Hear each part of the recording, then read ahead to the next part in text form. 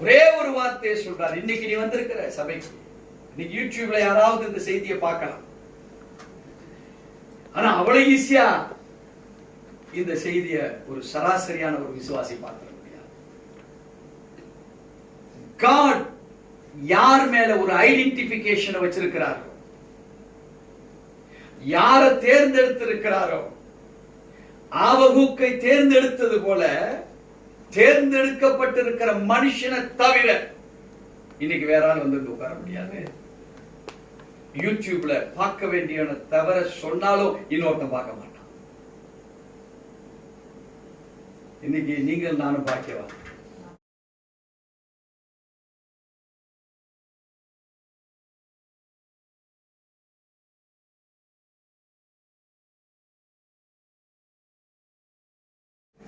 கடந்த 2023 டிசம்பர் மாதத்திலே நாம் கடைசியாக கலாத்தியருக்கு எழுதின நிருபத்திலே நாம் வேதத்தை நாம் தியானித்தோம்.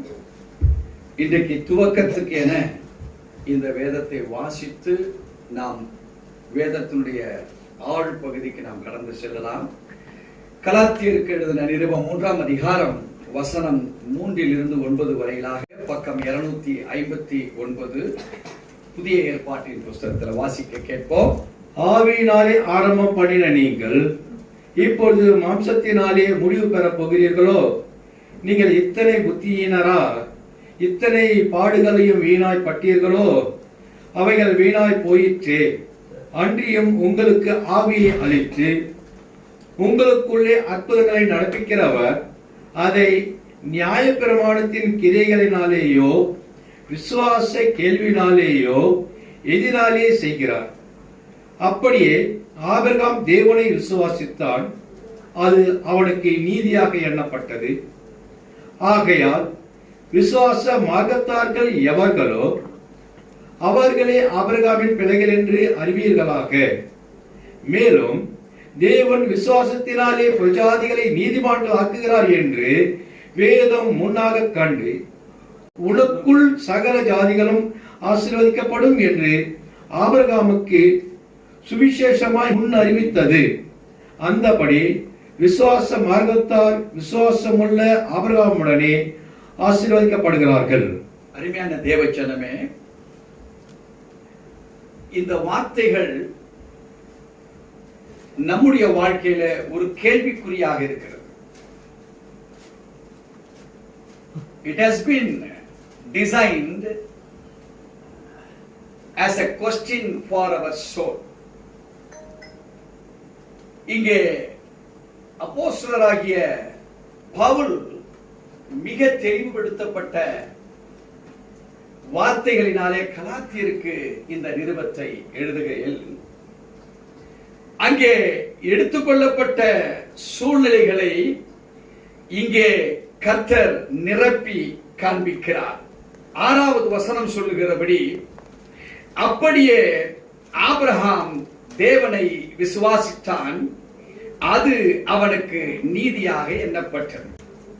The word proclaimed by the Almighty God to Abraham, the result from Abraham's side, ஆபிரகாமுடைய தரப்பிலிருந்து what was the fact of spirituality, ஆவிக்குரிய உண்மைத்துவம் என்ன என்று பார்க்கிற பொழுது, he had a faith upon the Lord's prosperity. தேவன் வர்த்திக்க பண்ண போகிறவைகளை, அது எதை வர்த்திக்க பண்ண போகிறார் என்பதை உணர்ந்தவராக ஆபிரகாம் தன்னை தேவனுக்கு முன்பாக வெளிப்படுத்தினார். வெரி இம்பார்ட்டன்ட் ஃபேக்ட், மிக மிக அவசியமான ஒரு உண்மைத்துவத்தை கலாத்தியர் மக்களுக்கு இங்கே பவுல் தான் கற்றுக்கொண்ட பாடத்திட்டங்கள், தன் உணர்வுகளிலே இரத்த நாணல்கள் ஓடப்பட்ட சத்தியங்களை ஆபிரகாமை குறித்து அறிந்தவனாக அல்ல, ஆபிரகாமை குறித்து உணர்ந்தவராக. விளங்குதுங்களா? not as a knowledge but as a practical.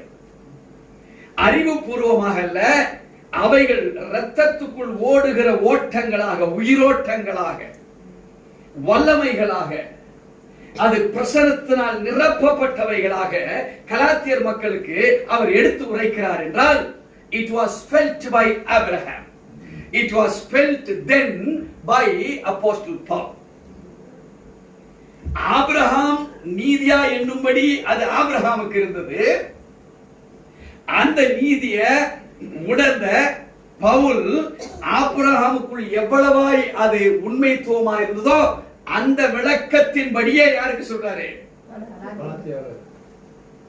தேவச்சனமே, கிறிஸ்துவை அறிந்திருக்கிற நீங்களும் நானும், how we declare the Lord Jesus to others. நீங்களும் நானும் அவருடைய வல்லமையை பெற்றிருக்கிறோமா? அவருடைய மகத்துவத்தை அறிந்திருக்கிறோமா? அவருடைய மகிமையை உணர்ந்திருக்கிறோமா? உனக்குள் ஏற்படுத்தப்பட்டிருக்கிற டிரான்ஸ்பர்மேஷன் அது உண்மையா? அல்லது ஒரு நாடக மேடையிலே நடிக்கப்படுகிற ஒரு நடிப்பை போல கிறிஸ்துவுக்குள் இருக்கிற என்று சொல்லி வெளியே வருகிற பொழுது you become as an ordinary person. நீங்க சராசரியான ஒரு மனிதர்களாய் நீங்கள் சுற்றி திரிகிறவராய் இருக்கிறீர்களா? அல்லது ஆபிரகாமை உணர்ந்த அப்போஸ்தலனாகிய பவுலை போல உங்களிலிருந்து வெளிப்படுகிற சத்தியம் அது உங்களுக்கு நீதியா எண்ணப்படுமானால் அதை கிறிஸ்து பிரகடனப்படுத்தி, இவர் என் உண்மையை சொல்லுகிறார், என்னை உணர்ந்து சொல்லுகிறார், என்னை பிரசன்னமாக தனக்குள் ஏற்படுத்திக் கொண்டு அதன்படி விளக்கத்தை வெளியே பேசுகிறார் என்று உன்னை குறித்து தேவன் உன்னை சாட்சி சொல்லுவாரா? There lives Jesus with you. அங்கதான் இயேசு கிறிஸ்து உனக்குள்ள இருக்கிறார் என்பதை பிரகடனப்படுத்த முடியும். தேவச்சனமே, not just taking the baptism. ஒரு சராசரி ஒரு கிறிஸ்தவனாக எடுக்கக்கூடிய ஞானஸ்தானத்தை கொண்டு உன்னை பிரகடனப்படுத்திக் கொள்ள முடியாது. ஒரு பேர் மாற்றத்தை கொண்டு உன்னை பிரகடனப்படுத்திக் கொள்ள முடியாது. First the transformation உன் ஆத்மாவில் இருக்குமானால் your transformation will be felt to others. அதை மற்றவர்களுக்கு உணர்த்த முடியும். ஹல்லேலூயா, ஹல்லேலூயா. ஒரு மைக்குனா இதுல பேசினா சத்தம் இல்லையே கேட்கும். ஒரு மியூசிக் இன்ஸ்ட்ருமெண்ட், அது என்ன இன்ஸ்ட்ருமெண்டோ அதை நீங்க வாசித்தீங்கன்னா அந்த பிளே சவுண்ட் அதுல இருந்து வெளியே வரணும். So when we have been identified as a Christian, நம்மை ஒரு கிறிஸ்தவனாக அடையாளம் கொள்ளும்படி உங்களையும் என்னையும் தேர்ந்தெடுத்திருப்பாரானால், if there is no identity, உங்களுக்குள் அவைகள் வெளிப்படுத்தப்படவில்லை என்றால்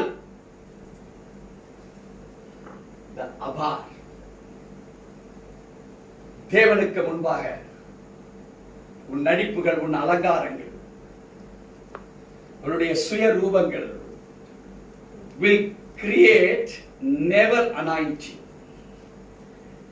அது ஒரு பரிசுத்தமான மகிமையின் பிரசன்னத்தினாலே நிரப்பப்பட்டிருக்கிற அபிஷேகமா இருக்காது.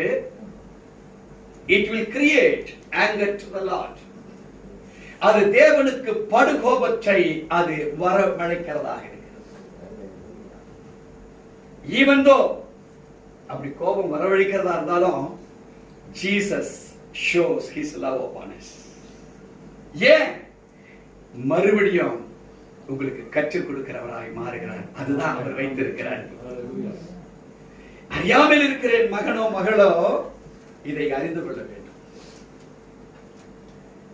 இப்போ ரட்சிக்கப்பட்டிருக்கிற நமக்கே அறியாமையில நம்ம வாழ்வோமானால் ரட்சிப்பை பத்தி தெரியாதவன் எப்படி இருப்பான்?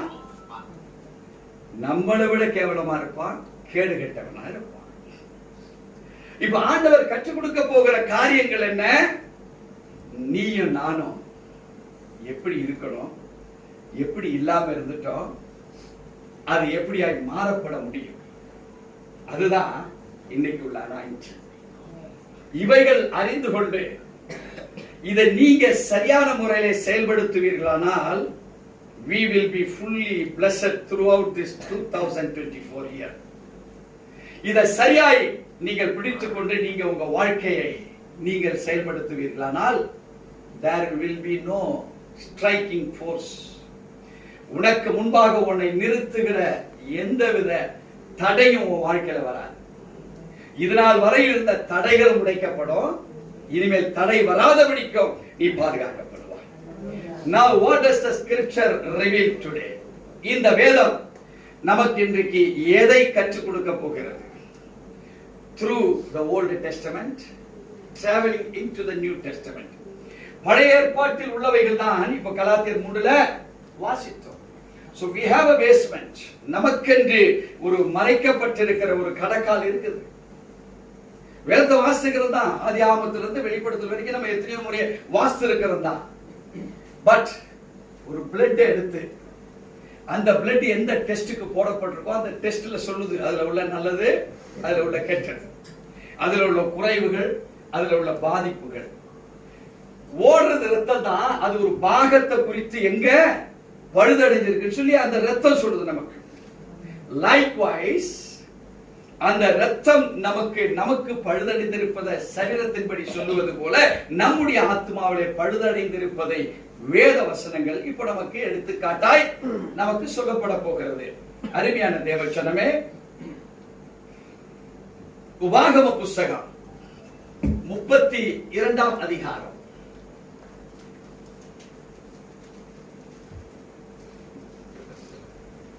11 14 வரையிலாக, 11 14வது வசனம் வரையிலாக ஃபர்ஸ்ட் பார்ட்டாக நாம் வாசிக்க கேட்போம். பக்கம் 265. கழுகு தன் கூட்டை கலைத்து தன் குஞ்சுகளின் மேல் அசைவாடி தன் சேட்டைகளை விரித்து அவைகளை எடுத்து அவைகளை தன் சேட்டைகளின் மேல் சுமந்து கொண்டு போகிறது போல கர்த்தர் ஒருவரே அவனை வழி நடத்தினார். அந்நிய தேவன் அவரோடு இருந்தது இல்லை. பூமியில் உள்ள உயர்ந்த ஸ்தானங்களின் மேல் அவனை ஏறி வர பண்ணினார். வயலின் விளையும் பலனை அவனுக்கு புசிக்க கொடுத்தார். கண்மலையில் உள்ள தேனையும் கற்பாறையிலிருந்து வடியும் எண்ணெயையும் அவன் உண்ணும்படி செய்தார். பசுவின் வெண்ணெயையும் ஆட்டின் பாலையும் பாசானில் மேயும் ஆட்டுக்குட்டிகள், ஆட்டுக்கடாக்கள், வெள்ளாட்டு கடாக்கள் இவைகளுடைய கொழுப்பையும் கொழுமையான கோதுமையையும் ரத்தம் போன்ற சுயமான திராட்சை ரசத்தையும் சாப்பிட்டாய். அருமையான தேவச்சனமே, இதை நீங்க மேலோட்டமாக வாசிக்கிற ஒரு வேத வசனம் இல்லை. இது இந்த வேத வசனத்தை வாசித்து பார்க்கிற பொழுது கழுகு தான் பெற்றெடுத்து செயல்படுத்துகிற தன் குஞ்சுகள் இங்கே தன் கூட்டை கலைத்து அந்த குஞ்சுகள் மேல் அசைவாடுகிற அந்த கழுகை போல நம்மளை ஆண்டவர் உருவாக்க நினைக்கிறார். God gave a task of work unto our life. நம்முடைய வாழ்விலே வெற்றி பெறுவதற்கு முன்பான ஒரு வல்லமையை நமக்கு கொடுத்து நம்ம எதில இதுவரையில் பிரவேசித்து வந்தோமோ அதை உடைச்சு எடுத்துறாரு. இப்ப நம்ம கிட்ட நீ எந்த மனிதனுக்கு கீழே, எந்த வாழ்வுக்கு கீழே, எந்த பணத்துக்கு கீழே, எந்த பொருளுக்கு கீழே நீ வாழ்ந்து கொண்டு வந்தாயோ அவைகளை கொடுத்தவரும் கர்த்தர் தான். இங்கே கழுகு தன் குஞ்சுகள் பறக்கக்கூடிய வாய்ப்பு வந்த உடனே 3 அறிவுள்ள கழுகுக்கு என்ன தெரியுது? இப்ப இது இந்த கூட்டிலே இருந்தா இது பறக்காது. அந்த கூட்டுல இருந்தா அம்மாவை எதிர்பார்த்துட்டு அப்பாவை எதிர்பார்த்துட்டு என்ன செய்யும்? தலையை பழுது பார்த்துக்கிட்டே இருக்கும். இப்போ the time approached. நேரம் அதை கூடி வந்திருக்கிறது. கழுகுக்கு தெரியும், ஒருவேளை இதுங்க பறந்துரும், நான் சாப்பாடு கொடுக்கலாம், நான் அப்படி போயிடுறேன்னா அந்த குஞ்சுகளுக்கு பறக்க தெரியுமா? இப்போ தாயை காணும், தகப்படி காணும், அது ஆகாரம் வேற யாரோ கொடுக்கறாங்கன்னு அது பாக்குமா? அது வரலன்னா அது என்ன செய்யும்? வேற ஏதோ சத்தம் போட்டா இதுங்க என்ன செய்யும்? எட்டி பார்த்ததான் நாங்க இருக்கிறோம், எங்களுக்கு கொடுங்க. எங்க அப்பா விட்டுட்டாங்க, எங்க அம்மா எங்களை விட்டுட்டாங்க. இப்ப கொடுக்க வருகிற ஒரு பறவையோ இந்த தாயும் தகப்பனும் சேர்ந்து கொடுக்கிற ஆகாரத்தை போல அதுக்கு கொடுக்க முடியுமா? இப்போ ஒரு பாம்பே வருது, தாயும் தகப்பனும் அங்க இருக்கிற வரைக்கும் பாம்பு கிட்ட நெருங்கி இருக்க முடியுமா? அந்த கழுகு கூட்டுக்கிட்ட. God want to make a new and novel life to its little ones. அதனுடைய குஞ்சுகளுக்கு இந்த தாயும் தகப்பனுமா இருக்கிற இந்த கழுகு என்ன செய்யுது? அதை கற்றுக் கொடுக்க வேண்டும். இந்த கூட்ட கலைக்கிறனா இது என்ன செய்யும்? ஒரு ரவுண்ட் அடிச்சுட்டு ரெஸ்ட் எடுக்க இங்க வந்துடும். தேவச்சனமே, உன்னையும் என்னையும் தேவன் இப்படிதான் வணைந்து கொள்ள விரும்புகிறார். நீங்க கூடாரம் போட்டு ஏசாமி இங்க உட்கார்ந்துருவையா, வசூல் பாத்துடலாம், நம்ம லைன்ல நிக்க வச்சிடறேன், நான் பாத்துக்கிறேன், பேதுருவா இருக்கிற நான் பாத்துக்கிறேன், இன்னும் 2 அசிஸ்டன்ட் போல சேர போடுறதுக்கு ஒரு 10 பேரை விட்டுறேன், நீங்க உள்ள இருந்துங்க, சும்மா அப்படி கையை அசைச்சீங்கன்னா போதும், பிசாசு ஓடிடும், பிரச்சனை தீர்ந்துடும், கலெக்ஷன் பெட்டி நான் வெளியே வச்சிருந்தேன். அப்பால போடா. தேவச்சனமே, ஆண்டவர் நம்முடைய வாழ்க்கையை உயர்த்துவாரானால் உன் வாழ்க்கையில ஒரு டிக்ளைன் வரும், உன் வாழ்க்கையில ஒரு பாடு வரும், உன் வாழ்க்கையில ஒரு செப்பரேஷன் வரும், உன் வாழ்க்கையில ஒரு நஷ்டம் வரும், உன் வாழ்க்கையில ஒரு போராட்டம் வரும். எதில் இருந்து எதிலே வாழ்ந்து கொண்டு வந்தாயோ, God wants to interlink to other stage. இப்ப இருக்கிற ஸ்டேஜ்ல இருந்து வேற ஒரு இன்டர்லிங்க கொடுக்க விரும்புகிறார். இப்ப சொல்றாரு, கர்த்தர் ஒருவரே அவனை வழிநடத்தினார், அந்நிய தேவன் அவரோட இருந்ததில்லை. இங்கே ஒரு தாய் தகப்பன் கழுகை குறித்து சொல்லுகிறார். உனக்கு உணர்த்தப்பட்ட உணர்வுகள், இதுவரை நடந்து வந்த வெற்றிகள், தோல்விகள், ஆண்டவர் சொன்னார், நான் அதை அனுமதிச்சேன், அதை நான் உனக்கு செய்தேன். அது சரீர சுகவீனமா இருக்கலாம், பலவீனமா இருக்கலாம், உன் குடும்பத்தினுடைய பிரச்சனையா இருக்கலாம், பொருளாதாரங்களா இருக்கலாம், வேலையின்மையா இருக்கலாம், நஷ்டங்களா இருக்கலாம். ஆண்டவர் சொன்னாரு, கர்த்தர் ஒருவரே அவனை வழி நடத்தினார், அந்நிய தேவன் அவரோட. இப்ப நம்ம நம்முடைய வாழ்வில் தயவு செய்து இனி எந்த பிசாசை பத்தி குறை சொல்ல, கர்த்தர் அனுமதித்திருக்கிற அனுமதின்னு சொல்ல ஆரம்பிங்க. வேதம் சொல்லுது, அந்நிய தெய்வங்களோ தேவர்களோ உன்னை எண்ணி நடத்தல. ஒரு சோதனை, கவலைப்படாத. யாக்கோபுல சொல்றாரு, சோதனையை சகிக்கிற மனுஷன் யாரா இருப்பான்? நீங்க தி பெஸ்ட் பார்க்கணும்னு நினைச்சீங்கன்னா, உங்க வாழ்க்கையில எப்பேற்பட்ட சோதனை வந்தாலும் கிறிஸ்துவை விட சோதனைக்கு யாருக்கா வந்திருந்தா வேணா சொல்லுங்க. ஒருவருக்கும் எந்த ஒரு வேதனையா இருக்கட்டும், அவரை தவிர நமக்கு வந்ததே இல்லை. இப்ப அவர் சொல்றாரு, பூமியில் உள்ள உயர்ந்த ஸ்தானங்களின் மேல் அவனை ஏறி வர பண்ணினார், வயலின் விளைவையும் பலனையும் அவனுக்கு புசிக்க கொடுத்தார், கண்மலையில் உள்ள தேனியும் கற்பாறையிலிருந்து வடியும் எண்ணெயையும் அவன் உண்ணும்படி செய்தார், பசுவின் வெண்ணெயையும் ஆற்றின் பாலையும் பாசானின் மேயும் ஆட்டுக்குட்டிகள் ஆட்டுக்கடாக்கள் வெள்ளாட்டுக்கடாக்கள் இவைகளுடைய கொழுப்பையும் கொடுமையான கோதுமையையும் ரத்தம் போன்ற சுயமான திராட்சரசத்தையும் சாப்பிட்டாய். ஆண்டவர் சொல்லுகிறார், I have given you the much more doctrines about the world, about the spiritual. கிறிஸ்துவை குறித்ததான கிறிஸ்து எந்த லெவல்ல தன்னை வெளிப்படுத்த வேண்டும் என்பதை அவர் வெளிப்படுத்தப்படுவதற்காக அழைத்த அந்த அழைப்புல உன்னையும் என்னையும் சேர்த்து அழைச்சிருக்கிறேன்னு உங்களோடு கூட இடைபடுகிற தேவனாக இருக்கிறார். தேவச்சனமே, நம்முடைய வாழ்வை நாம் நடத்துகிற விதம் இங்கே சொல்லப்பட்டிருக்கிற 13, 14 இந்த வசனங்கள் இங்கே வேதம் சொல்லுது, I have supplied the utmost.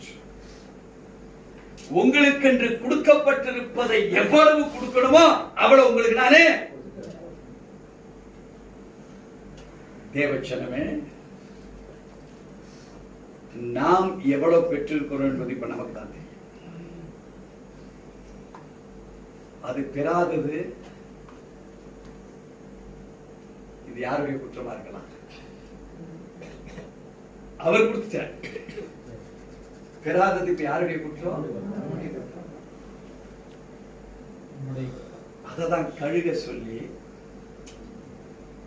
நான் தான் எல்லாத்துக்கும் காரணம் சொல்லி இவ்வளவுலாம் நான் உனக்கு கொடுத்திருக்கிறேன்னு சொல்லி அவர் சொல்லுகிறது ஃபுல் அண்ட் ஃபுல் உபதேசங்களை சொல்லிக் கொண்டு வருகிறார். இங்கே சொல்லப்பட்ட பலவிதமான ஆகாரங்களை குறித்து சொல்லப்பட்டிருக்கு. இந்த ஆகாரங்களை ஒரு மெடிக்கல் ரீதியா எடுத்து பார்த்தீங்கன்னா, இந்த ஆகாரம் உச்சம் தலையிலிருந்து உள்ளங்கால் வரைக்கும் வியாதியே வராத ஆகாரம். இந்த ஆகாரத்தை யாரு பிராக்டிகலா சாப்பிடுறாங்களோ அந்த சரீரத்துக்கு ஒரு வியாதி வராது. இதை சிலேடையாக நீங்கள் பார்ப்பீர்களானால், இப்போ இந்த ஆகாரமாகப்பட்டது வேத வாக்கியங்களாக உபதேசங்களாக உன் ஆத்மாவுக்கு நான் கொடுத்துட்டேன் என்கிறது தான் சிலேடையில சொல்ற. எத்தனை பேருக்கு விளங்குது?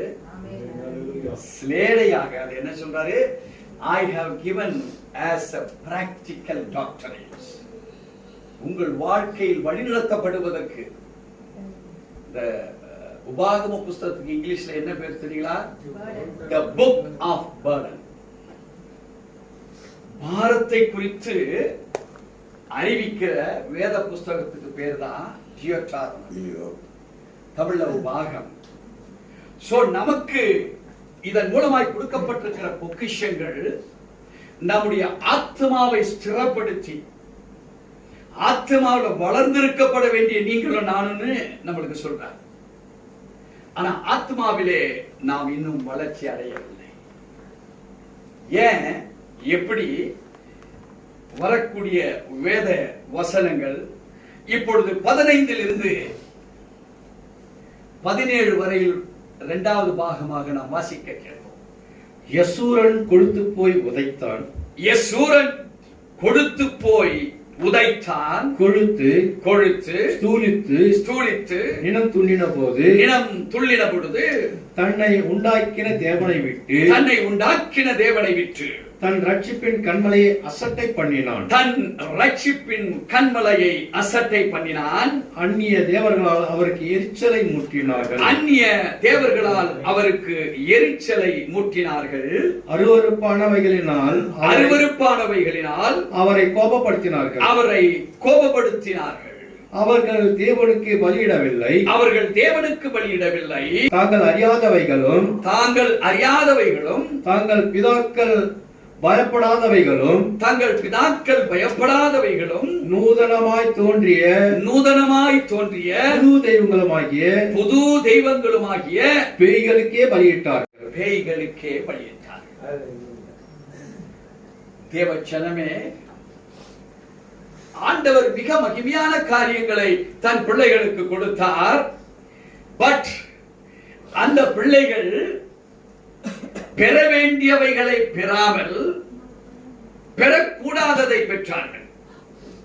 It was not right from the holy of the holiness. It was not right from the gracious hands of the Almighty God. It was not the proposed and pre-planned doctrine of the holy heaven. தேவச்சனமே, இவைகள் திட்டமிடப்படாதவைகள்.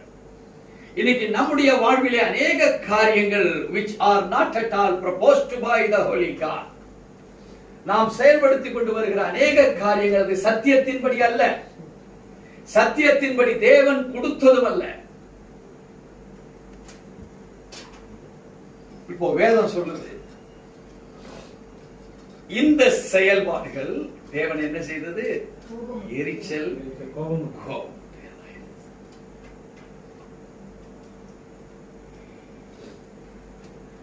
மோசையால் எழுதப்பட்ட, தேவனால் கொடுக்கப்பட்ட Torah, 5 ஆகமங்கள், Torah, பென்டாட்யூக், இந்த வேத புஸ்தகம் ஆதாரமாக நமக்கு தெளிவுபடுத்துகிறது. இவைகள் தெளிவுபடுத்துகிறவைகள் நம்முடைய வாழ்வில் எதை அது நமக்கு ஒரு ப்ராப்ளமாக கொடுக்கிறது. வாசிக்க கேட்போம் 18வது வசனத்தை. உன்னை ஜெனிப்பித்த கன்மலையை நீ நினையாமற் போனாய். உன்னை ஜெனிப்பித்த கன்மலையை நீ நினையாமற் போனாய். கழுகு தன் கூட்டை கலைத்து தன் குஞ்சுகள் மேல் அசைவாடி அவைகளை உருவாக்க நினைத்த அந்த கழுகுடைய பாடுகள் என்ன இருக்கு? வீணா போச்சு.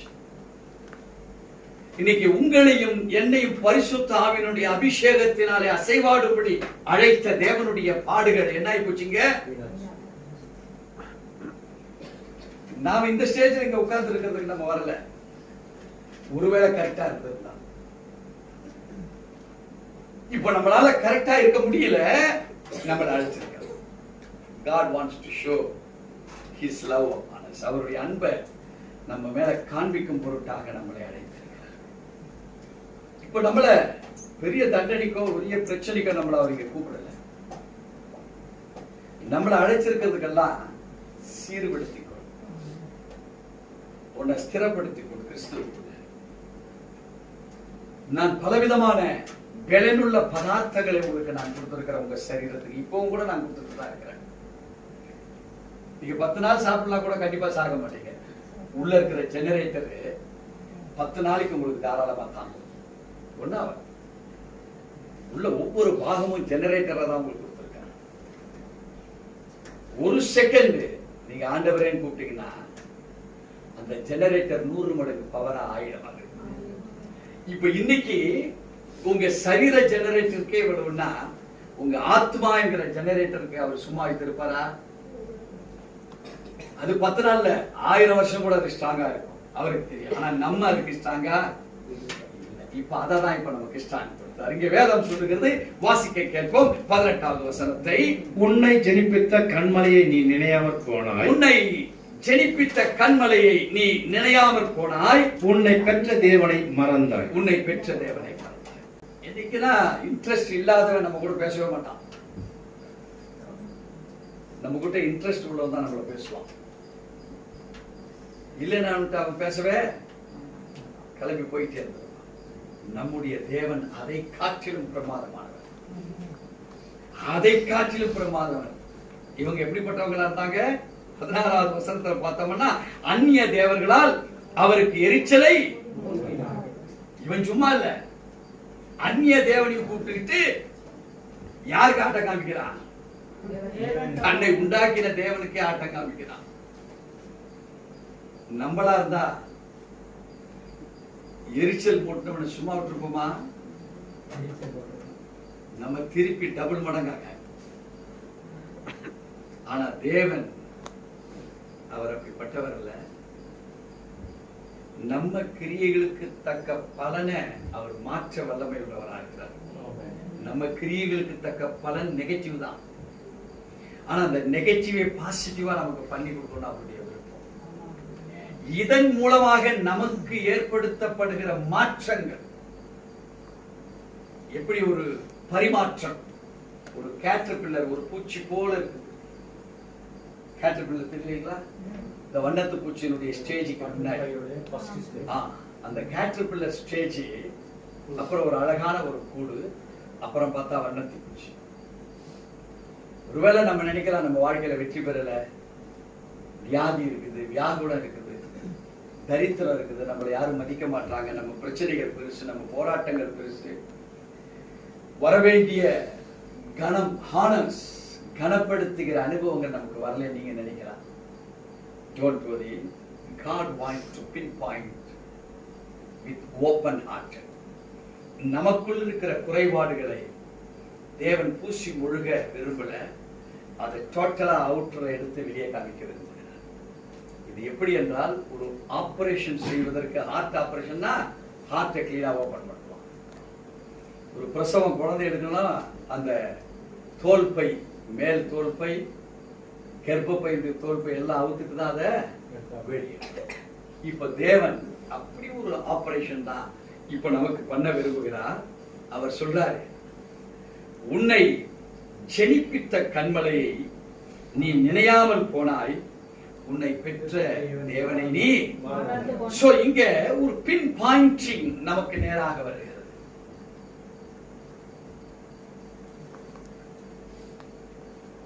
நம்முடைய மேக்சிமம் நம்முடைய நேரங்கள் எல்லாம் ஒரு டைம் டேபிள் மாதிரி தான் நாம் தேவனை பார்த்துட்டு இருக்கோம். We are not asked to make a timetable for the Lord. தேவனுக்கு முன்பாக ஒரு அட்டவணை போடுவதற்கு நம்மளை அவர் அழைக்கல. 24 மணி நேரம் அவர் நினைவுல வாழ்வதற்கு ஆச்சிருக்கிறார். உங்க வேலைகள் எல்லாம் நம்முடைய தூதர்களுக்கு கட்டளையிட்டு அது கரெக்டானது. நீ சாப்பிட்ட சாப்பாடு, நீ எதனா மிஷின் உள்ள எதனா ஓட்டிக்கினேவா இருக்கிற, வண்டி எதனா கை சுத்திட்டு இருக்கியா? யாருக்கா மிஷின் சுத்திட்டு இருக்கிறீங்க உள்ள, இப்படி தட்டுறீங்க, அப்படி தட்டுறீங்க, இப்படி கீழே இருக்கு, மேல போய் இந்த சைட்ல வா, இப்படி இறங்கு, வேலை முடிஞ்சு போச்சு, இப்போ ஃப்ரீயா. ஏதாவது கட்டளை கொடுத்துட்டு இருக்கிறீங்களா? சாப்பிட்ட சாப்பாடு இல்ல. சேம் ப்ராசஸ் உன் வாழ்க்கைக்கு என்றும் அவர் வைத்திருக்கிறார். உன் வாழ்க்கைய நீ நடந்து போவ, ஆனா உனக்கு முன்பாக தேவ தூதர்கள் போயிட்டு இருப்பாங்க. ஒரு ஆர்டரை பிக்ஸ் பண்ண போவ, நீ பேச வேண்டாம், நீ போய் உட்கார்ந்தா போதும். சார் உங்களை பத்தி கேள்விப்பட்டேன் சார், இந்தாங்க. யாரா போய் சொல்லியிருப்பா? தேவ தூதர்களுக்கு அவர் கட்டளை. நாம நம்முடைய வாழ்க்கையில அவருக்கு சரியான முறையிலே, இங்க அதை தான் சொல்றாரு, உன்னை ஜெனிப்பித்த கன்மலையை நீ நினையாமல் போனால் உன்னை பெற்ற தேவனை நீ மறந்தாய். இப்போ ஆண்டவர் 19 இருந்து 21 வசனம் வரையில் என்ன அவர் செய்திருக்கிறார் என்பதை பார்ப்போம், வாசிக்க கேட்போம். கர்த்தர் அதை கண்டு தமது குமாரரும் தமது குமாரத்திகளும் தம்மை கோபப்படுத்தினது நிமித்தம் மனமடிவாகி அவர்களை புறக்கணித்து, தேவச்சனமே ஒரு புறக்கணிப்பு உருவாக்கப்படுகிறது.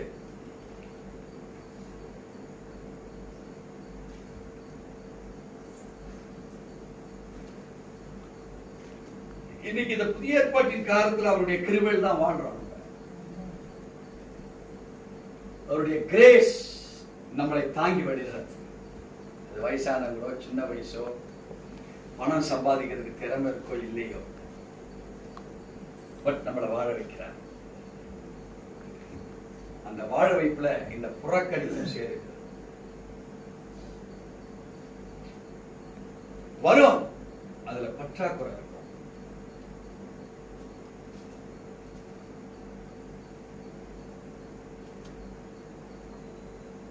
அது ஹெல்த்தா கூட வச்சுக்கலாம், வெல்த்தா வச்சுக்கலாம், நண்பர்கள் வச்சுக்கலாம், விரோதிகள் வச்சுக்கலாம். எதை எடுத்தாலும் அந்த இடத்துல ஒரு சின்ன புறக்கணிப்பு இருக்கலாம். நம்மளுடைய வாழ்க்கை ஒண்ணுமில்ல, ஒரு அடையாளத்தை நமக்கு தெரிந்து கொள்வதற்காக. அதை வச்சு உன்னை ஆளை காலி பண்ண மாட்டாரு, உன்னை திசை திருப்ப விரும்புகிறது. தொழில் நஷ்டங்களா இருக்கலாம், நம்முடைய வாழ்வில் எந்த விதமான நெகட்டிவ்ஸ் நம்ம குடும்பத்தில் இருக்கலாம், செப்பரேஷன் இருக்கலாம், ஸ்டாக்னிசேஷன் இருக்கலாம், ஜஸ்ட் a புறக்கணிப்பு, there may be a rejection.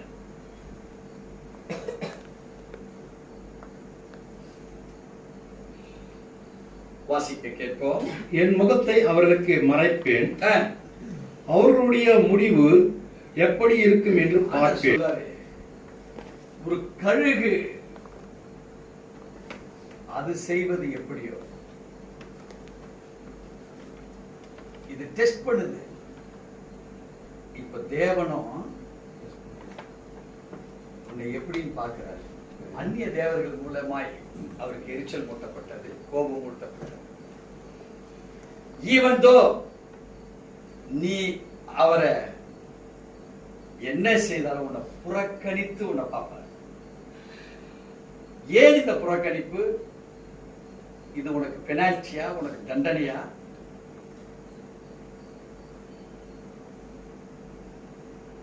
நம்மளை ஒருபோதும் நம்மளை வீழ்த்துவதற்காக தேவன் உன்னையும் என்னையும் உருவாக்குகிறார். வேதத்துல எதை எடுத்து பார்த்தாலும் விஞ்ஞானத்துல சொல்லப்படுவது போல அல்ல. நம்மளை அழைத்த அழைப்பு வித்தியாசம். தீங்கினாலுக்காக துன்மார்க்கனை உண்டாக்கி இருக்கிறாரா? யூதாச அன்னைக்கே தண்டிச்சிட்டாரா? பேதுருவ உதறி தள்ளிட்டாரா? ஜீசஸ்க்கு தெரியுமா தெரியாதா? ஆனா நீங்களும் நானும் ஜீசஸ போல நம்முடைய வாழ்க்கையில இருக்கிறோமா? இல்லைனா இந்த புறக்கணிப்பு அனுமதிக்கப்படும், பற்றாக்குறைகள் அனுமதிக்கப்படும். இப்போ ஏன் நான் செழிக்கல? இங்க வேதம் சொல்லுது, என் முகத்தை அவர்களுக்கு மறைப்பேன், அவர்களுடைய முடிவு எப்படி இருக்கும் என்று பார்ப்பேன். அவர்கள் மகா மாறுபாடுள்ள சந்ததி, உண்மை இல்லாத பிள்ளைகள், தெய்வம் அல்லாதவைகளினால் எனக்கு எரிச்சலை மூட்டி தங்கள் மாயைகளினால் என்னை கோபப்படுத்தினார்கள். ஆகையால் மதிக்கப்படாத ஜனங்களினால் அவர்களுக்கு எரிச்சலை உண்டாக்கி மதிகட்ட ஜாதிகளினால் அவர்களை தேவச்சனமே. ஜஸ்ட் ஒரே ஒரு காரியம், இந்த புறக்கணிப்பு இது நம்முடைய வாழ்வுல புறக்கணிக்கப்பட்டால் நாம எப்படி இருப்போம்? விளங்குதுங்களா? காட் ஏன் புறக்கணித்தாரு? நாம அவரை புறக்கணித்தோம். நல்லா கவனிங்க. நம்ம அவரை புறக்கணித்தா அவருக்கு எப்படி இருக்குமோ அப்படி உங்களை மற்றவர்களால் உங்களை புறக்கணிக்க வச்சு நீங்க என்ன ஃபீல் பண்றீங்கன்றத அனுமதிப்பார். எத்தனை பேருக்கு விளங்குது? தேவ கோபம், நம்முடைய கோபம் மற்றவங்களை அழிக்கிறதுக்கு நம்ம பார்ப்போம். பட் காட் ரிவீல்ஸ், நீங்க என்ன புறக்கணிச்சீங்களே, எனக்கு எரிச்சல் கோபம் தான். ஆனா உங்களை நீங்க மற்றவர்களால் புறக்கணிக்கப்பட்டா, உங்களை மதிக்கலனா, உங்களை ஏற்றுக்கொள்ளலனா, ஒரு டிஃபரன்ஸ் ஆஃப் ஒப்பீனியன் வந்தா நீ என்ன ஃபீல் பண்ற? எத்தனை பேருக்கு விளங்குது? பல குடும்பங்கள், பல நட்பு ரீதிகள், பல பார்ட்னர்ஷிப், பலவிதமான காரியம். ஆண்டவர் சொல்றாரு, எங்க 2 பேரு 3 பேரு ஏன் நாமத்தினால ஒரு மனதோட இருந்தாலாம், ஒரு கணவன் மனைவி ஒரு மனதோட இருந்தாலாம், பிள்ளை பெற்றோர் ஒரு மனதோடு கூட இருந்தாலாம், நீ வேலை செய்கிற வேலை ஸ்தலம் நீ முதலாளி ஒரு மனதோட இருந்தாலாம், ஒரு பலு தூக்குறீங்க 2 பேர் சேர்ந்து 2 பேர் ஒரு மனதோடு கூட அதை ஈக்குவலா தூக்கினாலாம். தேவச்சனமே, நீ புரிந்து கொள்ளுகிற அந்த புரிதலை தேவன் ஒவ்வொரு மனிதன் மேல இன்னைக்கும் டெஸ்டிங் தான் இருக்காங்க. இன்னைக்கும் டெஸ்ட் பண்ணிட்டு தான் இருக்காங்க. இது உபாகமத்துல சொன்னதுனால அந்நிய காலகட்டத்துக்கு என்பது கிடையாது. தேவச்சனமே, உன்னுடைய லைஃப் ஃபேக்டர் ஆபகுக் தீர்க்கதரிசி மூலமாக அவருக்கு நமக்கு சொல்லுகிற ஒரு வார்த்தை. ஆபகுக் புஸ்தகம்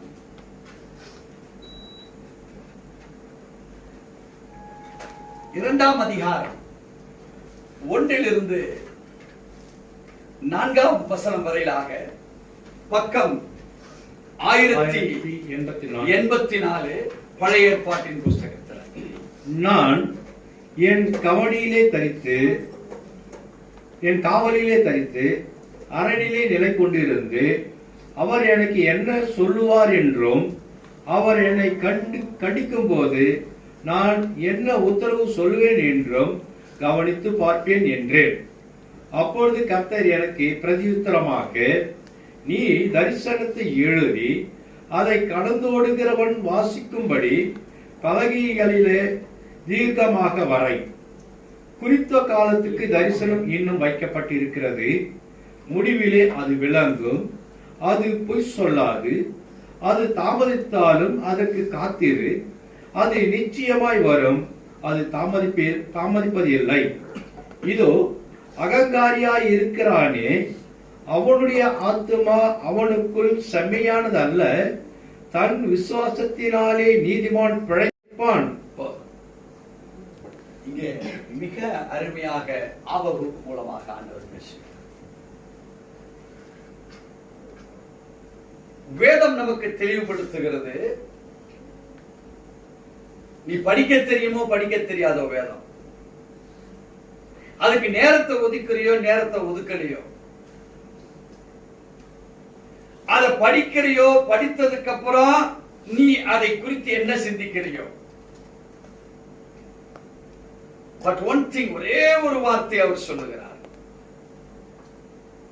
ஒரே ஒரு வார்த்தையை சொல்றார். இன்னைக்கு நீ வந்திருக்கிற சபைக்கு, இன்னைக்கு யூடியூப்ல யாராவது இந்த செய்தியை பார்க்கலாம்.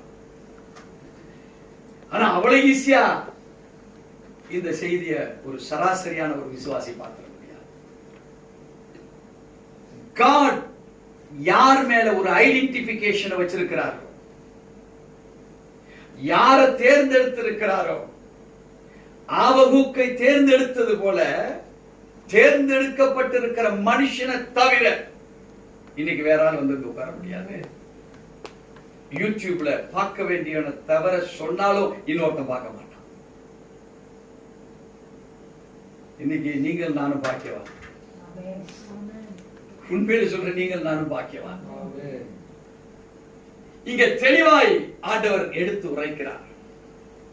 அவர் சொல்றாரு, நான் என் காவலிலே தரித்து அரணிலே நிலை கொண்டிருந்து அவர் எனக்கு என்ன சொல்லுவார் என்று அவர் என்னை கண்டிக்கும் போது நான் என்ன உத்தரவு சொல்லுவேன் என்றும் கவனித்து பார்ப்பேன் என்றேன். தேவச்சனமே, to accept the fact of the Lord, தேவனுடைய உண்மையை ஏற்றுக்கொள்கிற, அப்படியே ஏற்றுக்கொள்கிற ஒரு அனுபவம்.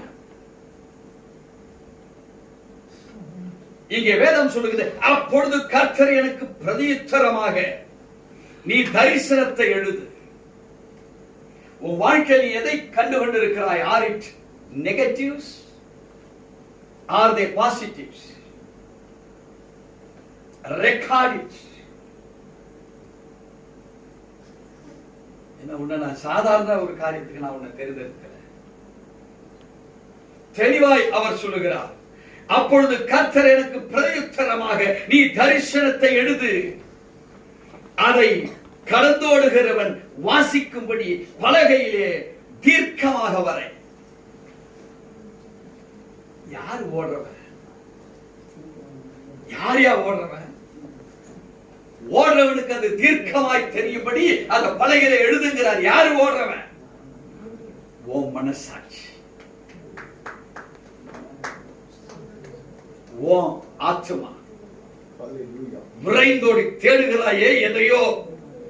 உனக்கு சொல்ற, நீ வேகமா ஓடுகிற நேரத்துல கொடுக்கப்பட்ட தரிசனத்தை உன் பலகையில எழுதுகிற பொழுது, when your soul runs away from the Lord, தேவனை விட்டு விலகி ஓடுகிற பொழுது அந்த ஓட்டத்தின் மார்க்கத்துல உன் சொல்ல நீ எழுதியிருப்பாயானால் அந்த fraction of secondல உனக்கு ரட்சிக்க முடியாது. அந்த fraction of second உன் வாழ்க்கையை மாத்திரும். கழுகு தன் குஞ்சுகளுக்கு அசைவாடும்படியாய் பரிசுத்த ஆவியானவர் உனக்குள்ள அசைவாட ஆரம்பிப்பார். பெரிய கழுகுக்கு எதெல்லாம் தெரியுமோ சின்ன கழுகுக்கு at once ஓடுகிற ஓட்டத்தில் அந்த வார்த்தையை நீ கவனிப்பாயானால் your life will be entirely different. உன் வாழ்வு 100% ஒரு வித்தியாசத்தை காண்கிற ஒரு தேவ பிள்ளையாக நீ மாற்றப்படுவாய் மகனே மகனே. அதைத்தான் இங்க அவருடைய வார்த்தை 4வது வசனத்திலே சொல்லப்பட்டிருக்கிறது. இதோ அகங்காரியா இருக்கிறானே அவனுடைய ஆத்துமா அவனுக்குள் செம்மையானது அல்ல. ஆனால் எழுதப்பட்ட எழுத்து God revealed something. நீங்க ஒரு தீர்க்கதரிசியாக உங்களுக்குள் எழுதி வைக்கிறார். அத நீ நினைக்கலாம் நான் சாதாரண விசுவாசி பாஸ்டர், எனக்கு என்ன தெரியும். ஆபகுக்கு மாத்திரா 4 மலை தாண்டி 4 கடல் தாண்டி எங்கேயா போய் கத்தின்னு வந்தாரு ஆபகுக்கு. உனக்குள் உன் பலைகள் எழுத வைப்பார். எங்க மிஸ் பண்ண அந்த மார்க் ஹமர்ஷியா, அதுக்கு பேர் ஹமர்ஷியா என்றால் மிஸ்ஸிங் த மார்க், இலக்கை தவறவிட்ட இடம்.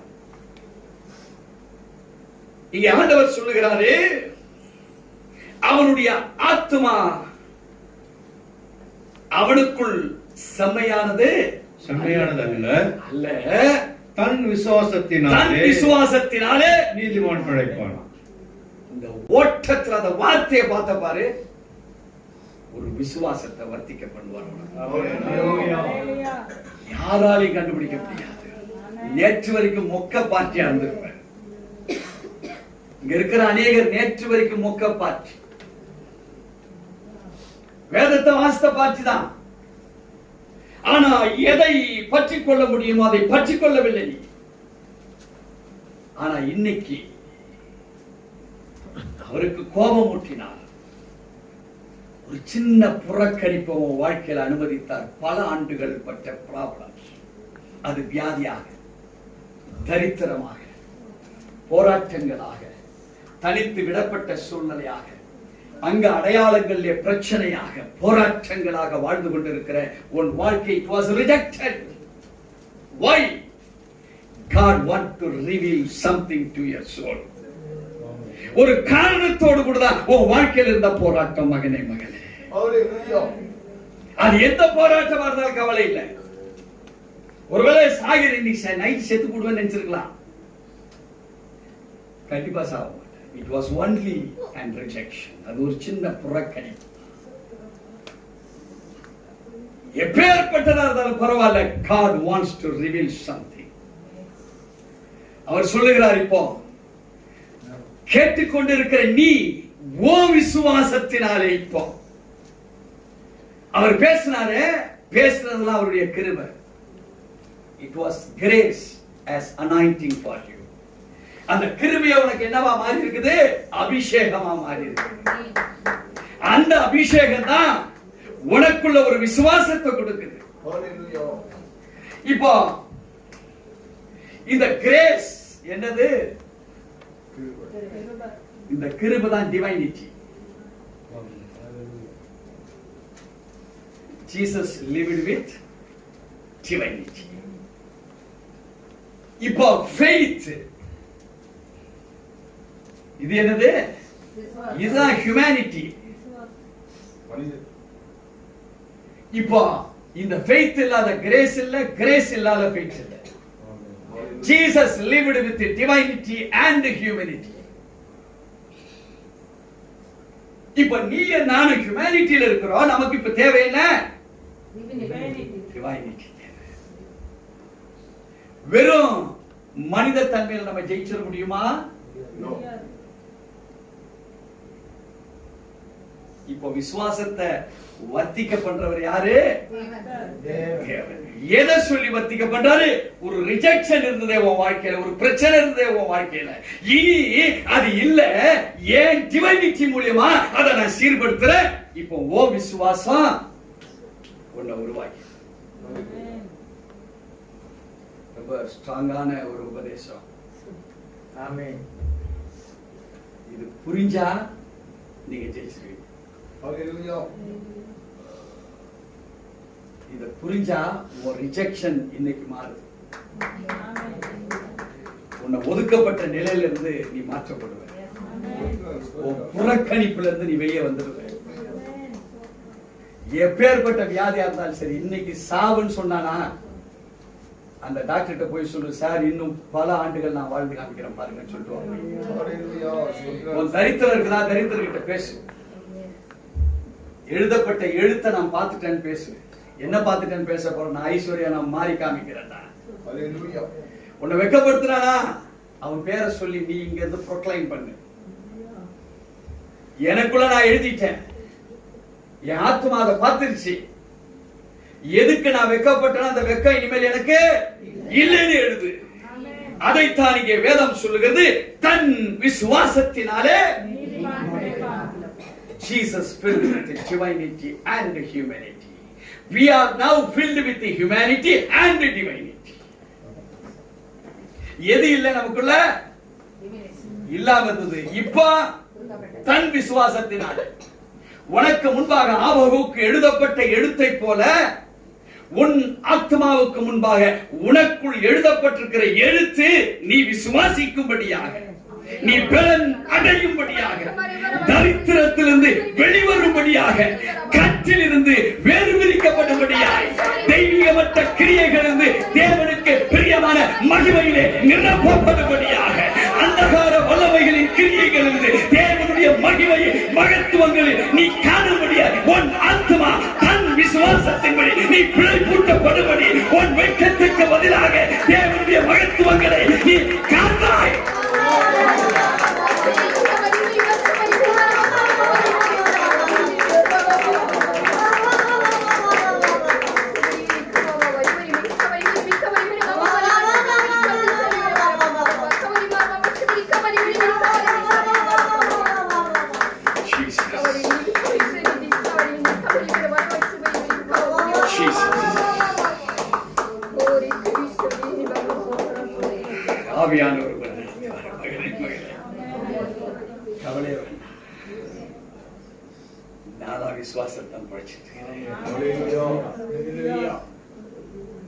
அவர் கிருபையை கொண்டு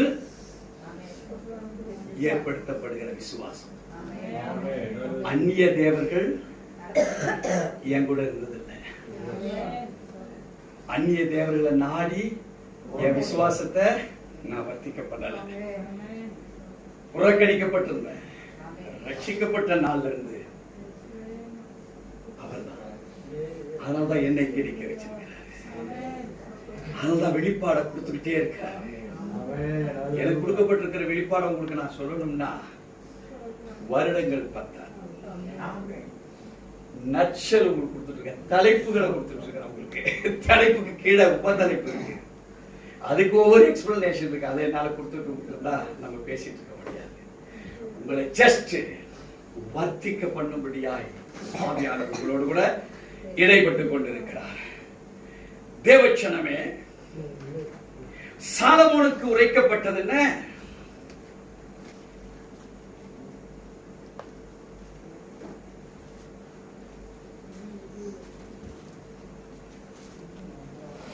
நீதிமொழிகளின் புஸ்தகம் 11ஆம் அதிகாரம்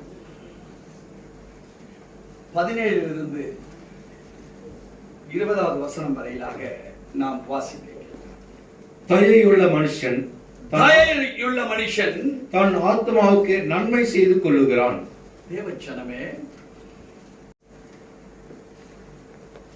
இன்னைக்கு தயையுள்ள மனுஷன் தன் ஆத்மாவுக்கு நன்மை செய்து கொள்ளுகிறான். முதலாவது,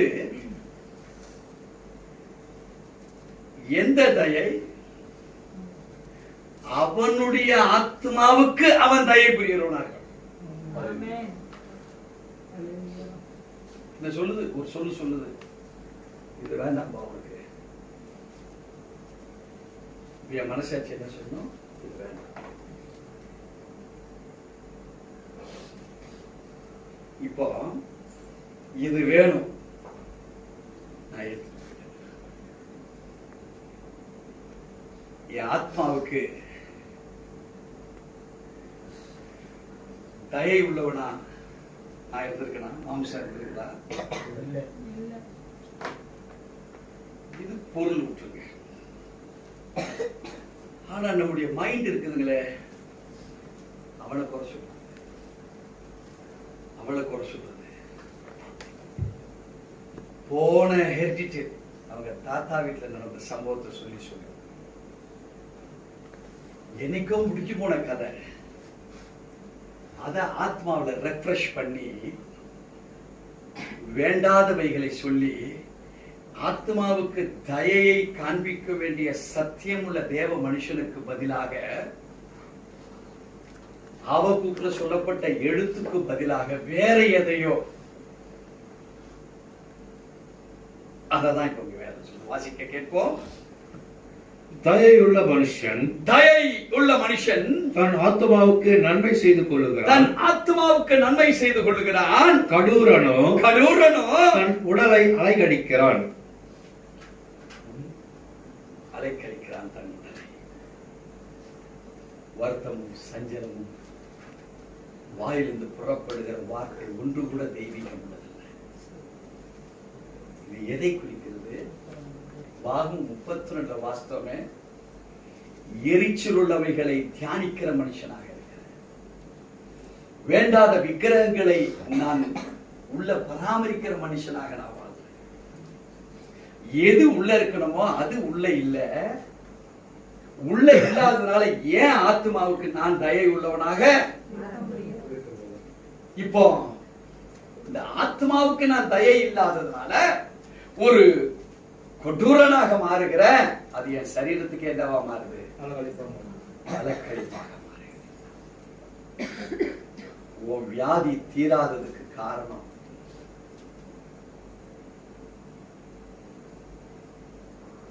உன் ஆத்மா மாறுபாடு உள்ளதாக இருக்கிறது. வாசிக்க கேட்போம் தொடர்ந்து 18வது வசனத்திலிருந்து.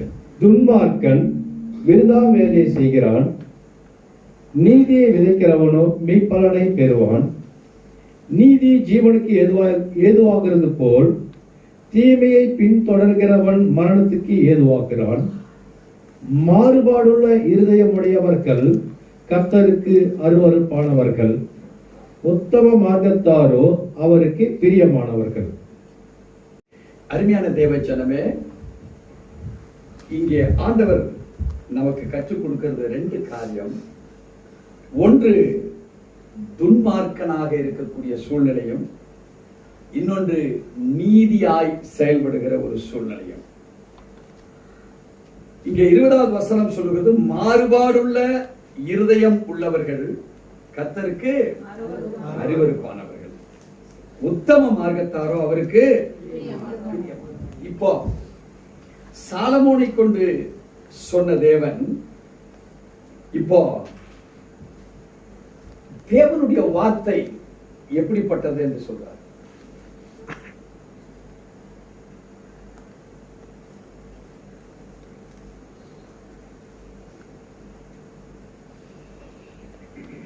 அவருடைய வார்த்தை அது எப்படியாக இருக்கிறது? சங்கீதம் 12ஆம் சங்கீதம்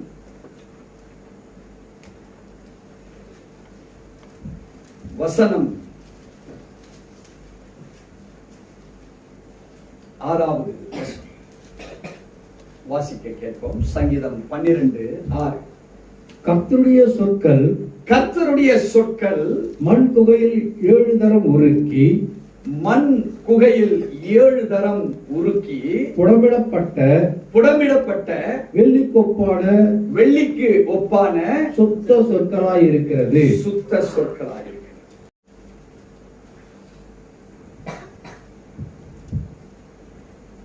அது எப்படிப்பட்டதா இருக்கு? சுத்த.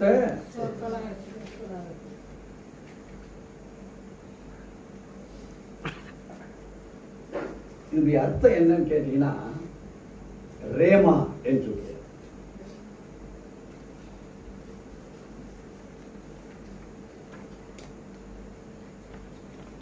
RHEMA rhema. இந்த சொற்கள் தான் ஒரு மனிதனுடைய மைண்ட்ல பதிவாங்க.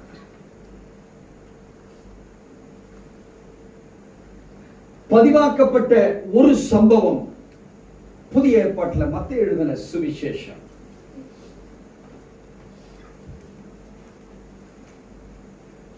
அதிகாரம் 14 வசனம் 28 29 வசனங்களை நாம் வாசிக்க கேட்போம். புதிய ஏற்பாட்டில் 22வது பக்கம். பேதுரு அவரை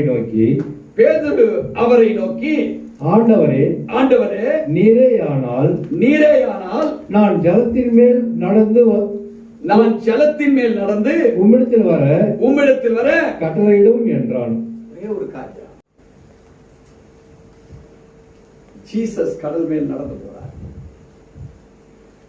பேதுருவுக்கு ஒரு ஆசை, ஒரு வாஞ்சி, ஆத்மாவில ஏற்படுகிற தாகம். இப்போ ஆண்டவர்கிட்ட அவன் கேட்கிறாரு, பேதுரு கேட்கிறாரு, ஆண்டவரே நான் இப்போ நடந்து. இப்போ அடுத்த வசனத்துல தான் இந்த ரேமா இருக்கு. 29வது வசனத்துல இந்த ரேமா பவர் இருக்கு. வாசிக்க கேட்போம். அதற்கு அவர் வா என்றார். ஒண்ணுமே கேள்வி. இப்ப ரேமாங்கிற வார்த்தை என்ன தெரியுங்களா? கம். இதுதான் ரேமா.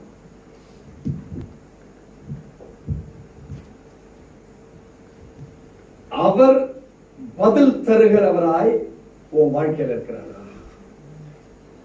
நீ பொறாமப்படுற, பதில் தருவாரா? கெட்டது நினைக்கிற, பதில் தருவாரா? உன் கஷ்டத்துக்கு பணம் கேட்கிற நினைக்கிற, உள்ள கெட்டது இருக்குது, பொறாம இருக்குது, பணம் கிடைக்குமா? பேதுரு with surrendering himself, தேவனுடைய சாயலை தரித்துக் கொள்ளுகிற, விரும்புகிற ஒரு பிரசன்ஸின் மேல் தாகம் அடைகிறவனாக இருக்கிறான்.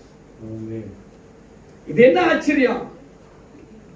நான் அந்த ஆச்சரியத்தில் பங்குள்ளவனா மாறும். உன்னுடைய வாஞ்சை if synchronizes with the Lord, உன்னுடைய desirous, உன் இதயத்தில் ஏற்படுகிற desirous, அது frequency with the Lord இருக்குமானால் ஆண்டவர் சொல்வார் come. The power of Rema. இங்கே வார்த்தை சொல்லுகிறது, அதற்கவர் வா என்றார். அப்பொழுது பேதுரு படவை விட்டு இறங்கி இயேசுவினிடத்தில் போக ஜலத்தின் மேல் நடந்தார். He walked. எவ்வளவு நேரம் நடந்தாங்கிறது ரெண்டாவது. நடந்து போனா கொஞ்சம் தூரத்துல போகும்போது என்ன ஆயிடுச்சு?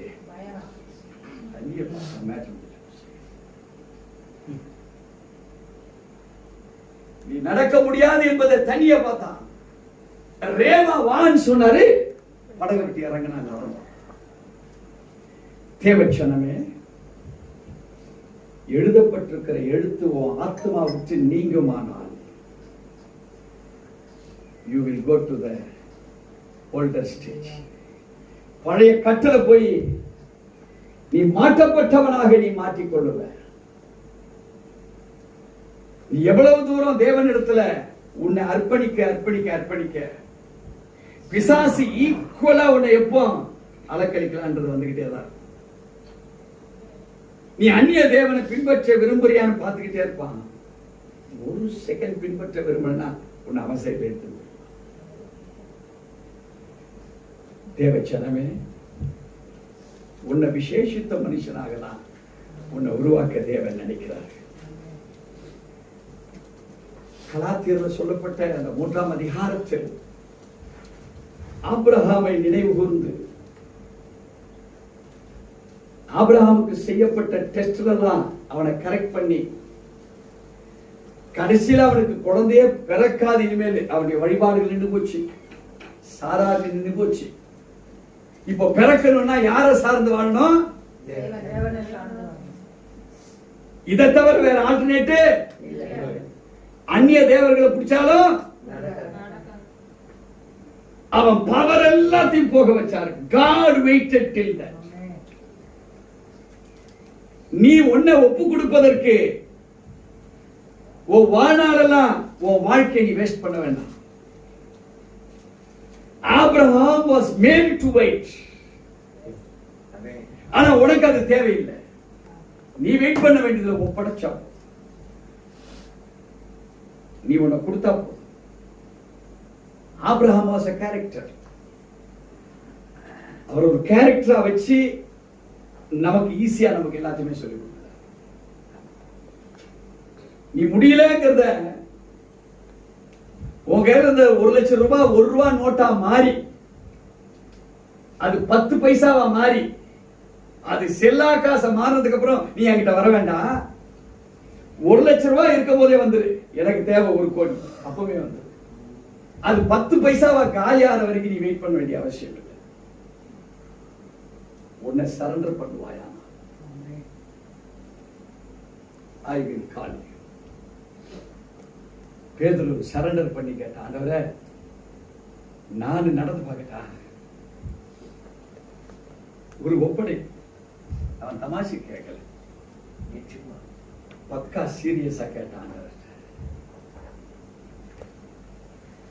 இப்படி அவர் நடந்து போறாரு, என் கண்ணால பாக்குறேன், உண்மைதான் அது நடந்து போற. நான் வேதத்துல வாசித்து அவருடைய கிருபையினாலே நான் இப்போ ரட்சிக்கப்பட்டு நான் இப்ப விசுவாசிக்கிறேன். அந்த உயிர்த்தெழுதின் மகிமை என்னை மாற்றும், என் வாழ்க்கையை சீர்படுத்தும். நான் ஆண்டவரால் புறக்கணிக்கப்பட மாட்டேன். அந்த டெஸ்ட் எல்லாம் முடிஞ்சு போச்சு என் வாழ்க்கையில. என் தரித்திரம் முடிஞ்சு போச்சு, என் பிரச்சனை முடிஞ்சு போச்சு. எனக்கு தெரியாது, இதுல நான் 10 லட்சம் இருக்கும் போது நான் 10 கோடி கேட்டிருப்பேன் ஆண்டவருக்கு. அது 1 கோடி ஆனதுக்கு அப்புறம் 99 லட்சம் கடன் வாங்கி நான் 1 கோடி ரூபாய நான் பார்க்க வேண்டிய அவசியமே இல்லை. நான் 99 லட்சம் இருக்கும்போது 1 லட்சம் சேர்க்க முடியல தான், ஏன்னா 1 கோடியா மாத்த முடியல. ஆனா என் ஆண்டவர்கிட்ட 99 கோடியை இந்தாங்க, இதுவே உங்களுக்கு தான், 1 லட்சம் உங்களுக்கு போடுறது லேசான காரியம் சொல்லிதான் அவர் ரேமா கம் என்று என்னை அழைத்திருப்பார். நான் சரியா போகல, அதனால என்னை கொஞ்சம் புறக்கணித்தார். அந்த புறக்கணிப்புல வந்த பிரச்சனை இதுதான். ஆனா I want to change myself. என்னை மாற்ற நான் விரும்புறேன், என் ஆண்டவர் நடத்த நான் விரும்புறேன். தேவச்சனமே, உன்னை மாற்ற விரும்புகிறார். இன் கிரைஸ்டாக உங்களை மாற்ற விரும்புகிறார். In Christ.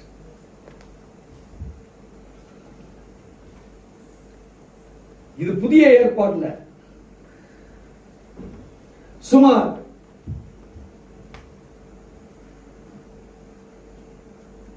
300 முறைகள் இன் கிரைஸ்ட் என்கிற வாழ் வந்திருக்கு.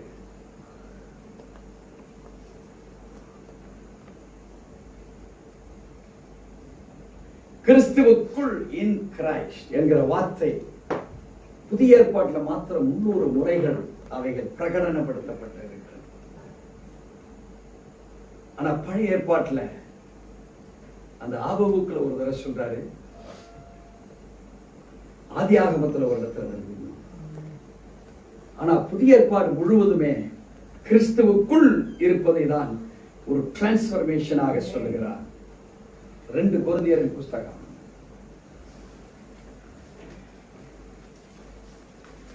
5ஆம் அதிகாரம் 17வது வசனத்தை வாசிக்கிறேன். பழைய ஏற்பாட்டிலே இப்படி இருக்க ஒருவன் கிறிஸ்துவுக்குள் இருந்தால் புது சிருஷ்டியாய் இருக்கிறான். பழையவைகள் ஒழிந்து பழையவைகள் ஒழிந்து போயின, எல்லாம் புதிதாயின. எல்லாம் புதிதாயின. தேவஜனமே, இப்படி இருக்க இஸ்கோல்ட்டுன்னு போட்டு உங்க பிரச்சனை எல்லாம் எழுதிருங்க, உங்க போராட்டங்கள் எல்லாத்தையும் எழுதிருங்க, உங்க கஷ்டங்கள்லாம் எழுதிருங்க, உங்க நிந்தைகள்லாம் எழுதிருங்க. இப்படி இருக்க வேதம் என்ன சொல்லுது? ஒருவன் கிறிஸ்துவுக்குள் இருந்தால். இவ்வளவு பிரச்சனை இருக்க, இப்ப அதுல இருந்து நீங்க எங்க வந்துட்டீங்க? கிறிஸ்துவுக்குள் இப்போ வந்துட்டீங்க. வேதம் என்ன சொல்லுது? ஒருவன் கிறிஸ்துவுக்குள் இருந்தால் இப்ப புது சிருஷ்டி. இப்படி இருக்கன்னு எல்லாத்தையும் எதெல்லாம் நீங்க எழுதுனீங்களோ பழையவைகள் எல்லாம் அதெல்லாம் ஒழிஞ்சு போச்சு. இப்ப என்ன நடக்குது? இப்படி இருக்க என்கிற நெகட்டிவ்ஸ் எல்லாம் ஒழிஞ்சு போய் நீங்க புது சிருஷ்டியா மாறுறீங்க. புது சிருஷ்டியில என்னவா மாறுது? எல்லாம் புதிதாய் மாறிவிடுது. இனி உங்க நெகட்டிவ் பத்தி நீங்க திங்க் பண்ணா கூட அது மாதிரி வராது. ஏன்னா நீங்க யாரா மாறியாச்சு? புது சிருஷ்டியாக மாறும். வாசிக்க கேட்போம். ஆதியாகம புஸ்தகம் 2ஆம் அதிகாரம் 17வது வசனம். ஆனாலும் நன்மை தீமை அறியத்தக்க விருட்சத்தின் கனியை, நன்மை தீமை அறியத்தக்க விருட்சகத்தின் கனியை புசிக்க வேண்டாம், அதை நீ புசிக்கும் நாளிலே சாகவே சாவாய் என்று கட்டளையிட்டார். சாகவே சாகவாய் என்று கட்டளையிட்டார். தேவவசனமே, இனி உன் வாழ்க்கையில வேண்டியதை கேட்கிறவனாரு, கேட்டு கர்த்தர் கொடுக்கிறாரா என்கிற டெஸ்ட் உன் வாழ்க்கையில வேண்டாம். ஏன் வேண்டாம்? அவரை பரீட்சை அன்னைக்கு ஏவாளுக்குள் எழும்பின கேள்வி, இதை சாப்பிடக்கூடாதுன்னு சொன்னாரு.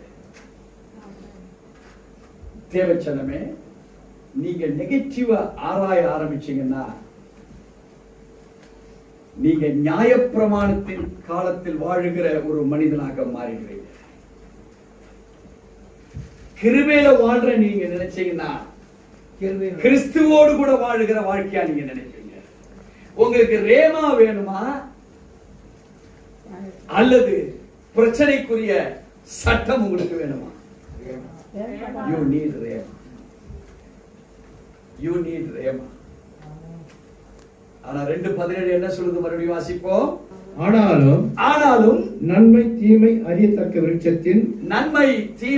அறியத்தக்க விருட்சத்தை கனியை புசிக்க வேண்டாம், அதை நீ புசிக்கும் நாளில் சாகவே சாவாய் என்று கட்டளையிட்டார். You need the law or you need the grace. உங்களுக்கு சட்டம் தேவையா அல்லது கிருபை தேவையா? சட்டத்துல ஏவாள் தோத்து போனாலா? ஆதாம் தோற்று போனாரா? இப்ப உங்களுக்கு சட்டம் அல்ல, கிருபை. ஜஸ்ட் உங்க ஆத்மாவை அப்படி டர்ன் பண்ணி பார்த்தா போதும். கிரைஸ்ட டர்ன் பண்ணி பார்த்தா போதும். கிரைஸ்ட் எதுல வெற்றி பெற்றாரோ அந்த வெற்றி உங்க கையில, டெஃபினட்டா உங்க கையில. So we need an identity. இப்ப நமக்கு ஒரு அத்தாட்சி தேவை. So we need an identity.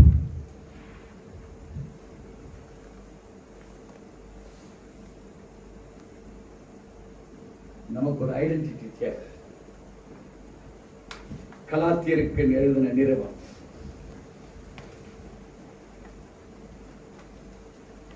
4ஆம் அதிகாரம் 4 to 9 வரை வாசிக்க கேட்போம்.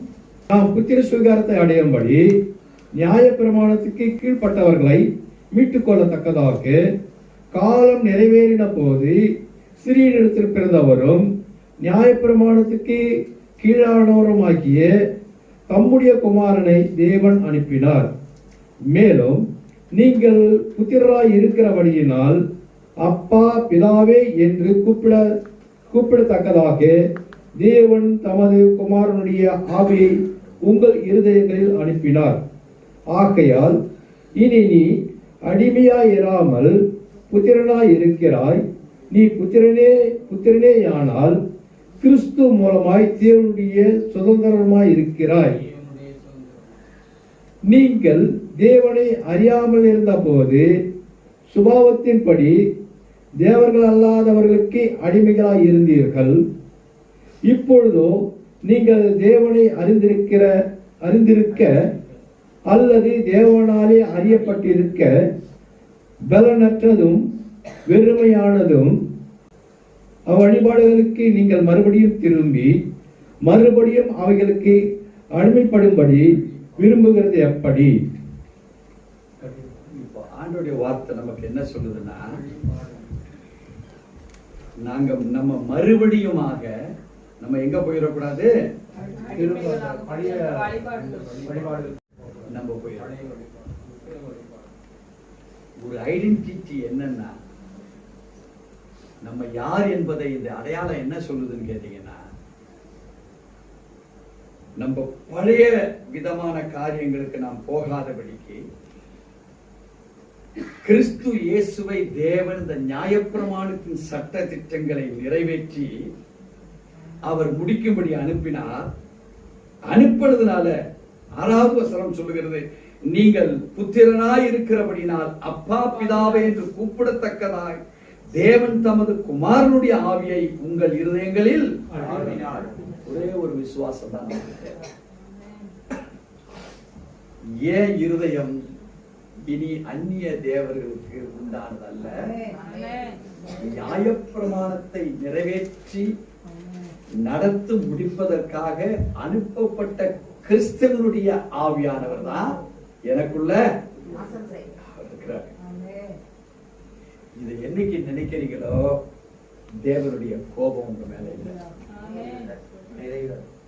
உங்களை ஒருபோதும் இனி வேதம் சொல்லுது திக்கற்றவர்களாக விடு. அவர்களை வாசித்ததுபடி தன் விசுவாசத்தினாலே நீதிமான் பிழைப்பான். அதுதான் வேதம் புதிய ஏற்பாட்டில் போட்டிருக்கு என்று எழுதியிருக்கிறது. விசுவாசத்தினாலே நீதிமான் பிழைப்பான் என்று எழுதியிருக்கு. It is written on in with the Old Testament. தேவஜனமே, we are made perfect in Christ. நாம் கிறிஸ்துவுக்குள் சரியாக உத்தரவாதமாக நாம் செயல்பாட்டை செய்வதற்கு நாம் உருவாக்கப்பட்டிருக்கிறோம். எபிரேயருக்கு எழுதின நிருபம் 10ஆம் அதிகாரம் வசனம் 14வது வசனத்தை வாசிக்க கேட்போம். ஏனெனில் பரிசுத்தமாக்கப்படுகிறவர்களை ஒரே பலியினாலே இவர் என்றென்றைக்கும் பூரணப்படுத்தி இருக்கிறார். இப்போ வேதம் சொல்லுது, we are made perfect by Christ. ஏனெனில் பரிசுத்தமாக்கப்படுகிறவர்களை ஒரே பலியினாலே இவர் என்றென்றைக்கும் பூரணப்படுத்தியிருக்கிறார். இப்போ உங்களுக்குள் நீங்க நினைக்கப்பட வேண்டியது ஒரே ஒரு காரியம், நான் கிறிஸ்துவுக்குள் பூரணப்படுத்தப்பட்டிருக்கிறேன். உங்க சந்ததியிலிருந்து எந்த சாபங்கள் பாவங்கள் பாரம்பரிய கட்டுகள் வந்தாலும் சரி, உங்களுக்கே தெரியாத பல கட்டுகள் உங்களை அழுத்திட்டு இருக்கு. உங்களுக்கே தெரியாது, ஆனா கட்டு, அது என்ன கட்டுன்னு தெரியாது, கண்டுபிடிக்க உங்களால முடியாது, அதுல இருந்து விடுதலை பெறவும் முடியாது. அவ்வளவு சிக்கலான கட்டு அது. பட் ஒரு காரியத்தை நீங்க நினைச்சீங்கன்னா, இத பத்தி நம்ம கவலைப்படவே வேண்டாம். நான் எதை அறிக்கை சொல்லி நான் எதுல இருந்து வெளியே வருது, எனக்கு அறிக்கை சொல்றதுக்கு என் பிரச்சனை என்னன்னு எனக்கு தெரியல. ஒருவேளை இப்ப இருக்கிற வியாதியோ வியாகுலங்களோ சொல்றேன் போகுது, ஆனா வேற ஒண்ணு வந்துருது, அதுக்கும் அறிக்கை செய்து சரியாக்கிறானா, அதுக்கப்புறம் வேற ஒண்ணு வந்துருது. ஆனா இப்ப நான் கிறிஸ்துவுக்குள் நான் பெர்ஃபெக்டா இருக்கிறேன்னு எனக்குள்ள ஒரு டைரக்டா ஒரு காரியம் எனக்கு வந்துருச்சுன்னா, எப்பேற்பட்டது எனக்கு பின்னால ஹைட் சீக், அது ஒளிந்து விளையாடுகிற எனக்கு விரோதமா எதுவா இருந்தாலும் அது இனிமேல் என்கிட்ட வராது. ஏன்னா பல காரியங்கள் நான் ஆராய்ந்து பார்த்துட்டேன். ஏன் என் வாழ்க்கையில இவ்வளவு பிரச்சனை? ஜெபிக்கிறேன், உபவாசம் இருக்கிறேன், முழங்கால் படிக்கிட்டு ஆண்டவருக்கு முன்பாக பல மணி நேரம் இருக்கிறேன், வேதத்தை வாசிக்கிறேன். ஆனா என் பிரச்சனை மாறலையே, என் போராட்டம் மாறலையே, தீரலையே. வழி இருக்கு, ஆனா எனக்கு கண்டுபிடிக்கிற அளவுக்கு என்கிட்ட இல்ல. ஏன்னா ஆண்டவர்கிட்ட கேட்டேன், நானும் தண்ணி மேல ரேமா வார்த்தையை கொடுத்தாரு. எவ்வளவு நேரம் இருந்தது, இறங்கி நடந்தா நானே பார்த்தேன். ஆனா இப்படி பார்த்தா என்ன போச்சு, தண்ணி ஐயோ உள்ள போயிட்டேன். இப்ப அவர் என்ன பண்ணாரு, ஏன் கையை பிடிச்சிருக்காரு, இழுக்கலாம். இப்ப அவர் யாரு, கை பிடிச்சு இருக்கிறவர் யாரு? அவர் யாரா இருந்தா என்ன கை பிடிச்சு இழுக்க முடியும்? அவருடைய உறுதிப்பாட்டில் அவர் கரெக்டா இருந்தா என்ன இழுக்க முடியும். ஏன்னா நானு தண்ணி உள்ள பயங்கர பவர்ல இழுக்கிறேன். அவர் தன்னையும் காத்துக்கணும், என்னையும் இழுக்கணும். அப்ப அவர் யாரா இருக்க முடியும்? தி பெர்ஃபெக்ட் மேன், தி பெர்ஃபெக்ட் டிவைனிட்டி. இப்போ நான் நடந்ததான், ஆனா வழிகிட்டதான், ஆனா என்ன பிடிச்சவர் தான். இப்ப நான் என்ன நினைக்கிறேன்னா, விழப்போற என்ன பிடிச்சிருக்காருல அவர் பெர்ஃபெக்ட்.